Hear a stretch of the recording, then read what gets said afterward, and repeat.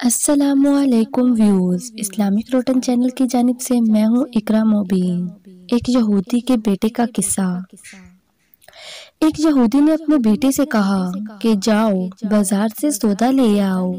لڑکا راستے سے گزر رہا تھا کہ اس کی نظر حضور صلی اللہ علیہ وآلہ وسلم پر پڑی اور حضور صلی اللہ علیہ وآلہ وسلم کی نظر بھی اس لڑکے پر پڑی۔ وہ لڑکا وہیں بیٹھ گیا اور بیٹھا رہ گیا۔ کافی دیر ہو گئی۔ یہودی کبھی اندر جاتا اور کبھی باہر آتا کہ لڑکا کہاں رہ گیا ہے، ابھی تک آیا کیوں نہیں۔ دیکھتے ہی دیکھتے سورج غروب ہو گیا، مغرب کی نماز ہو گئی۔ شام کو لڑکا گھر آیا تو باپ نے پوچھا، ارے نادان، اتنی دیر کیوں کر دی؟ اس لڑکے کا باپ بڑے غصے میں تھا اور اسے کہنے لگا، تو بڑا نادان اور پاگل ہے، میں نے تم کو کہا تھا کہ تم جلدی آنا اور تم نے آنے میں اتنی دیر کر دی، اور یہ بتاؤ میں نے تمہیں سودا لینے بھیجا تھا اور تو خالی ہاتھ آ گیا، سودا کہاں ہے؟ بیٹا بولا، ابا جان سودا میں خرید چکا ہوں۔ باپ نے کہا، کیا پاگل آدمی ہو، بتا اگر سودا خرید چکا ہے تو کہاں ہے؟ بیٹے نے کہا، کاش ابا جان آپ کے پاس وہ آنکھ ہوتی تو میں آپ کو دکھا سکتا کہ میں کیا خرید کر لایا ہوں۔ میرے ابا جان میں کیا بتاؤں کہ میں کیا خرید کر لایا ہوں۔ باپ کافی غصے میں تھا اور کہنے لگا، چل چھوڑ، رہنے دے۔ وہ لڑکا روز آپ صلی اللہ علیہ وآلہ وسلم کی خدمت میں بیٹھنے لگا اور یہودی کا اکلوتا بیٹا تھا، بہت پیارا، بہت حسین و جمیل تھا، اس لیے یہودی نے اسے کچھ نہیں کہا۔ کچھ دنوں کے بعد لڑکا بہت بیمار ہو گیا، اتنا بیمار ہو گیا، کافی دن تک بیمار رہا کہ کروٹ لینا مشکل ہو چکا تھا اور مرنے والا ہو گیا تھا۔ یہودی بہت پریشان تھا اور بھاگا بھاگا حضور صلی اللہ علیہ وآلہ وسلم کی بارگاہ میں حاضر ہوا اور عرض کرنے لگا، اے اللہ کے رسول، اے اللہ کے رسول، آپ کے پاس آیا ہوں۔ آپ تو جانتے ہیں کہ میں یہودی ہوں، مجھے آپ سے کوئی اتفاق نہیں، مگر میرا بیٹا آپ کو دل دے گیا ہے۔ کیا ممکن ہے کہ آپ اپنے دشمن کے گھر آ کر اپنے مشوق عاشق کو ایک نظر دیکھنا پسند کریں گے؟ کیا یہ آرزو پوری ہو جائے گی؟ کیا وہ مرنے سے پہلے آپ صلی اللہ علیہ وآلہ وسلم کا دیدار ایک بار کر سکے گا؟ وہ لڑکا کسی اور چیز کی آرزو نہیں کر رہا۔ آپ صلی اللہ علیہ وآلہ وسلم نے اسے کچھ نہیں فرمایا کہ میں جاؤں گا یا نہیں جاؤں گا۔ آپ صلی اللہ علیہ وآلہ وسلم نے فرمایا، ابو بکر اٹھو، عمر اٹھو، علی چلو چلیں، عثمان آؤ، اور باقی بھی جو سب ہے چلو چلیں، آپ کے عاشق کا دیدار ہم بھی تو کر لیں۔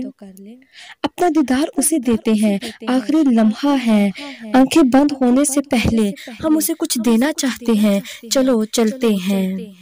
یہودی کے گھر پہنچے تو لڑکے کی آنکھیں بند تھیں۔ حضور صلی اللہ علیہ وآلہ وسلم کا سراپا کرم ہی کرم ہوا، لڑکے کے پیشانے پہ اپنا دست اقدس رکھا، لڑکے کی آنکھیں بند ہو گئیں، جیسے زندگی لوٹ آئی ہو، جیسے جسم میں طاقت آ گئی ہو، جیسے ناتوانی میں جوانی آ گئی ہو۔ آنکھیں کھلی، روح مصطفیٰ پر نظر پڑی تو ہلکی سی چہرے پر مسکراہٹ آ گئی اور لب کھل گئے۔ آپ صلی اللہ علیہ وآلہ وسلم نے فرمایا، بس اب کلمہ پڑھ لو۔ لڑکا اپنے باپ کا منہ تکنے لگا۔ یہودی بولا، میرا منہ کیا تکتا ہے، آپ صلی اللہ علیہ وآلہ وسلم جو کہتے ہیں کر لو۔ لڑکا بولا، یا رسول اللہ میرے پاس کچھ نہیں ہے۔ آپ صلی اللہ علیہ وآلہ وسلم نے فرمایا، بس تم کلمہ پڑھ لو، میں جانوں اور جنت جانے، جنت میں لے جانا میرا کام ہے۔ اس لڑکے نے کلمہ پڑھ لیا، اس کے منہ سے نکلا محمد الرسول اللہ، اس کی روح باہر نکل آئی، کلمے کا نور اندر چلا گیا، آنکھیں بند ہو گئی، لب خاموش ہو گئے۔ اس لڑکے کا باپ یہودی بولا، آپ صلی اللہ علیہ وآلہ وسلم، میں اور آپ دونوں مخالف ہیں، اس لیے یہ لڑکا اب میرا نہیں رہا، اسے لے جائیں۔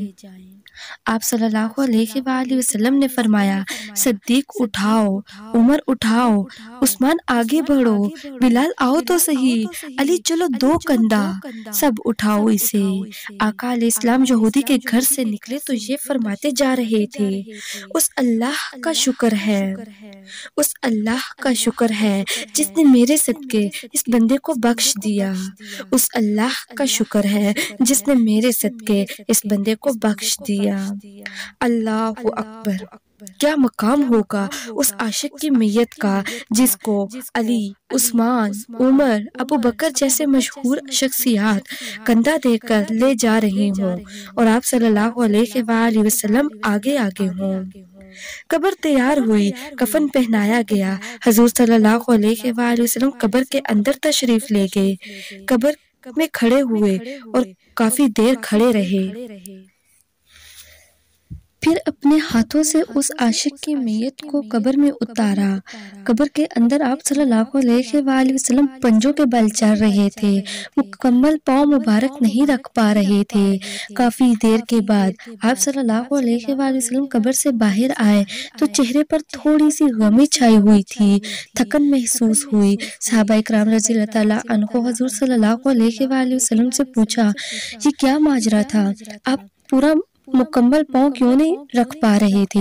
تو آپ صلی اللہ علیہ وآلہ وسلم نے فرمایا کہ قبر میں بے پناہ فرشتے آئے ہوئے تھے، اس لیے میں مکمل پاؤں نہیں رکھ پا رہا تھا، میں نہیں چاہتا کہ کسی فرشتے کے پاؤں پہ میرا پاؤں آ جائے۔ پھر صحابہ اکرام پوچھتے ہیں کہ آپ قبر کے اندر کیوں گئے، ہمیں کہہ دیتے ہم چلے جاتے۔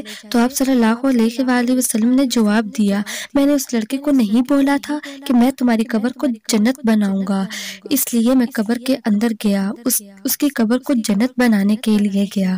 پھر صحابہ اکرام پوچھتے ہیں کہ آپ اتنے تھکے ہوئے کیوں ہیں؟ تو آپ صلی اللہ علیہ وآلہ وسلم نے فرمایا میں تھکا اس لیے ہوں کہ فرشتے اور حوریں اس عاشق کے دیدار کے لیے بے پناہ آ رہے تھے اور میرے وجود کے ساتھ لگ لگ کر گزر رہے تھے، ان کی وجہ سے تھک گیا ہوں۔ سبحان اللہ۔